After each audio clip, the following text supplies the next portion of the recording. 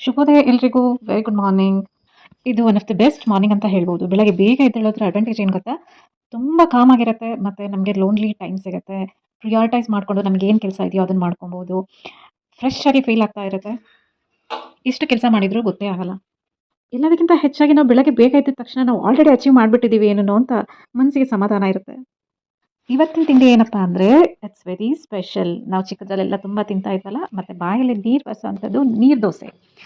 ಇದು ದಕ್ಷಿಣ ಕನ್ನಡ ಜಿಲ್ಲೆ ಕಡೆ ತುಂಬಾನೇ ಸ್ಪೆಷಲ್ ಆಗಿ ಮಾಡುವಂಥದ್ದು. ಮತ್ತೆ ಪ್ರತಿಯೊಬ್ಬರಿಗೂ ತುಂಬಾ ಇಷ್ಟ ಆಗುತ್ತೆ. ಮತ್ತೇನಪ್ಪಾ ಅಂದ್ರೆ ನಾವು ಎಷ್ಟು ತಿಂದ್ರೂ ತಿಂದ್ವಿ ಅಂತಾನೆ ಅನ್ಸೋದಿಲ್ಲ. ಬಾಯಿಗಷ್ಟು ರುಚಿಯಾಗಿರುತ್ತೆ, ಹೊಟ್ಟೆನಲ್ಲಿ ಎಲ್ಲೋಗುತ್ತೋ ಗೊತ್ತಾಗಲ್ಲ. ಈ ತರ ಸಾಂಪ್ರದಾಯಿಕ ತಿಂಡಿಗಳನ್ನ ತಿಂದಾಗ ನಮ್ಮ ಜೊತೆ ಹಳೆ ನೆನಪುಗಳು ಸಹ ಮೆಲುಕು ಹಾಕೋದಕ್ಕೆ ಶುರು ಮಾಡ್ಕೊಂತವೆ. ಜೊತೆಗೆ ಹಾಡು ಕೂಡ.